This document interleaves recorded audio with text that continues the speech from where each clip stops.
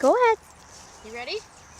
Mm-hmm. Okay, here we are at lovely Pine Hill Farm, Orange County, New York, home of Hector St. John de Crevecoeur, St. John de Crevecoeur, who here wrote Letters from an American Farmer. In that house right there. In the 1700s. They're not going to see anything but the coverall building and a bunch of machinery. Come on. That's not true. Here, look down this row of strawberries. Fine. So we've got some strawberries here. And we're going to be pulling the weeds out of them today. Just some light weeding. But it brings me to mind about some of the things I've been thinking about with respect to our Constitution. As daily the reports come in of how our Constitution has been just subverted and completely ignored. And I hope the American people can realize that they have an important place on the world stage of human history, and it's probably principally due to the 100 years before the adoption of the Constitution and probably the 100 years after that. I think when you get beyond that, the Constitution starts becoming more and more taken over by the lawmakers. Make these unjust laws, and then nobody overturns them. The justices don't do their job, and then we are living under unjust laws. Hence, we have books in our society now which basically are acknowledging that America can no longer be called America because America has a specific definition, just like the word justice, which is in the first few words of our Constitution. And the first words, we the people. We the people. Now that is unprecedented in human history. To have a set of laws being created, we the people are making the Constitution. Catherine the Great, when she wrote her nakaz there, or nakaz, or however you want to pronounce it, when she was going to reform Russia and have all the delegates come, and you know, in the 1700s, before she was a student of John Locke and Montesquieu, and wanted to incorporate those ideals into the Russian government. Guess what? Guess what? Of course, it wasn't we the people. It was written by a monarch, and that was the prevalent governmental institution of the times in the 1700s. That's what it was. There was no we the people. It was a monarch, and they had absolute authority over the laws, and she retained it.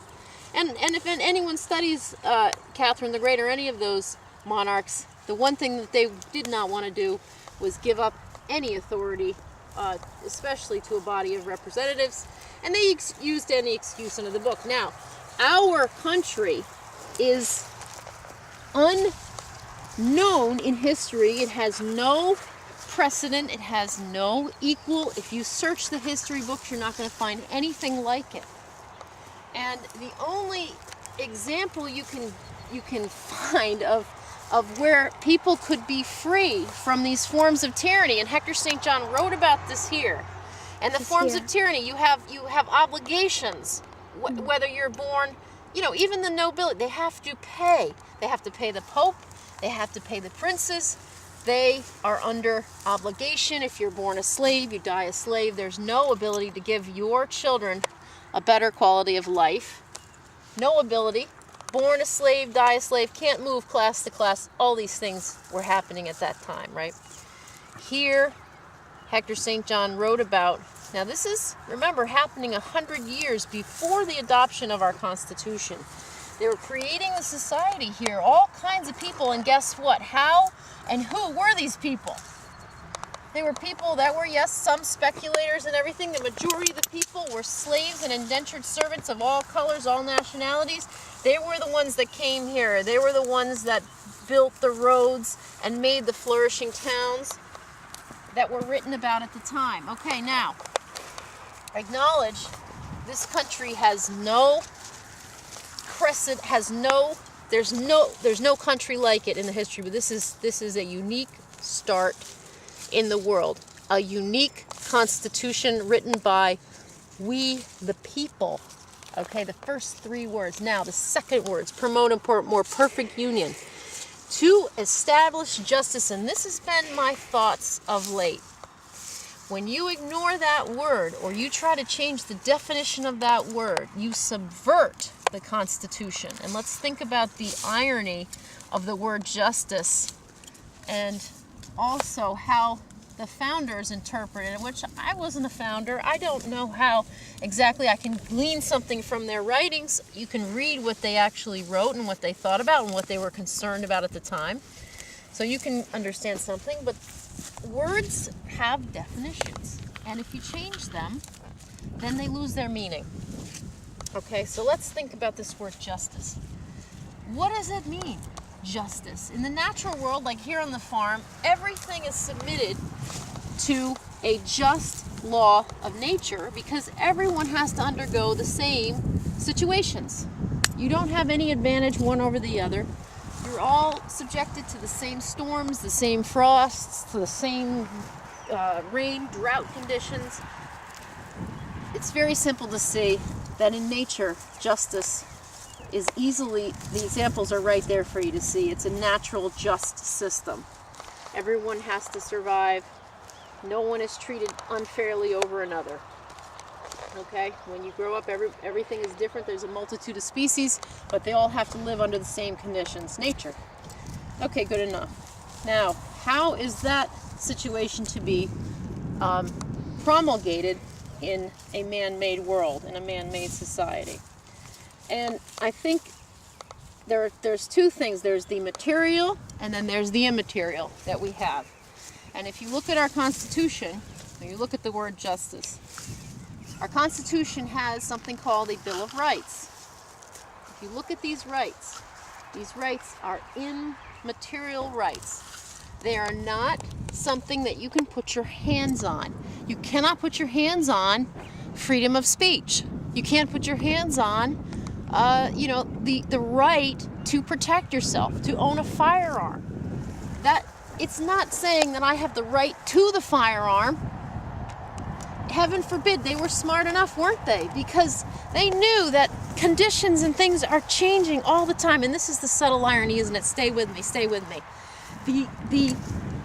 The things that don't change over time are the things that are non-material, because everything changes in the world. Everything changes that is material. We in the 1700s had no concept of CAT scan machines and cars and all these things that we have today that are material things. They made the laws, or the Constitution was made to establish justice, which can only be done in the man-made world, or in man can only apply justice through laws, by protecting or applying the law to rights, immaterial things. And if you understand that concept, it's very easy to see that many of the liberal leftist utopian schemes that have been promulgated in the laws are unjust, which brings me to mind of Ruth Bader Ginsburg. Now, she's just out there recently in the news, and she's one of our Supreme Court justices. And she is saying to the other countries, you don't want our Constitution, the Constitution of the United States. And I love that, because that tells me she understands that every single country in the world, everywhere else in the world, it is not protected. Unjust laws want to be promulgated. Liberal, leftist, utopian schemes and other schemes to enslave people have been promulgated for centuries, or they're still being promulgated, and there's no protection. The people have none. The one word that protects us, I say the one word, it's like it all boils down to justice. There's no liberty without just laws. There's no liberty without just laws, is what I'm coming to. Ruth Bader Ginsburg acknowledges this when she says, you don't want our Constitution, because she knows that our Constitution protects people from unjust schemes. And you would not be, if you were following the Constitution and you were a lawmaker, your laws would be denied if the justices were doing their job and a law came along that said, you know what, we're going to take from this guy over here and we're going to give it to the government coffers for whatever reason, if it's not listed in the Constitution. See, in the Constitution it says, We can do certain things. We will allow you to take money from the populace for certain things. Now, why? Now I ask you, why would they have to delineate that? See? Because there are certain things that have to be done to equitably apply and promote tranquility. They want to promote tranquility. There are certain things, and they're listed in the Constitution. The defense of the country from invaders. Okay? You can collect money for that.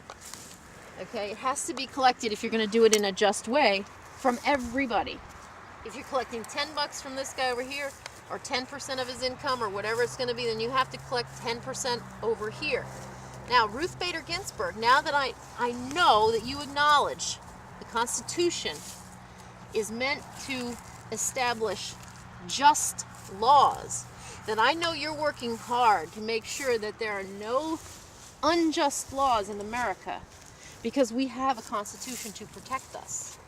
Therefore, you will be working your tail off, because these guys that are temporary politicians that go into the federal bureaucry and they make the laws, they go down to the calls of Congress and they make the laws. Just because they make a law does not mean that it's just. It does not mean that it's just, and we are protected by our Constitution to establish justice. And how do we do it? By only making laws that apply to the immaterial things, the rights of man. That's non-material. The only way it can be done justly is non-material. And second, if there are things that require material, laws that deal with material things, then they will be specifically outlined in the Constitution, and they are, like the common defense. And this is my rant as I'm weeding the strawberries first day of May, from Pine Hill Farm, Chester, New York, Orange County, New York. Read letters from an American farmer, written during the Enlightenment period. Right in that house. Written right from our own farm. And you too can appreciate the beauty of this country we call America that we don't want to give up.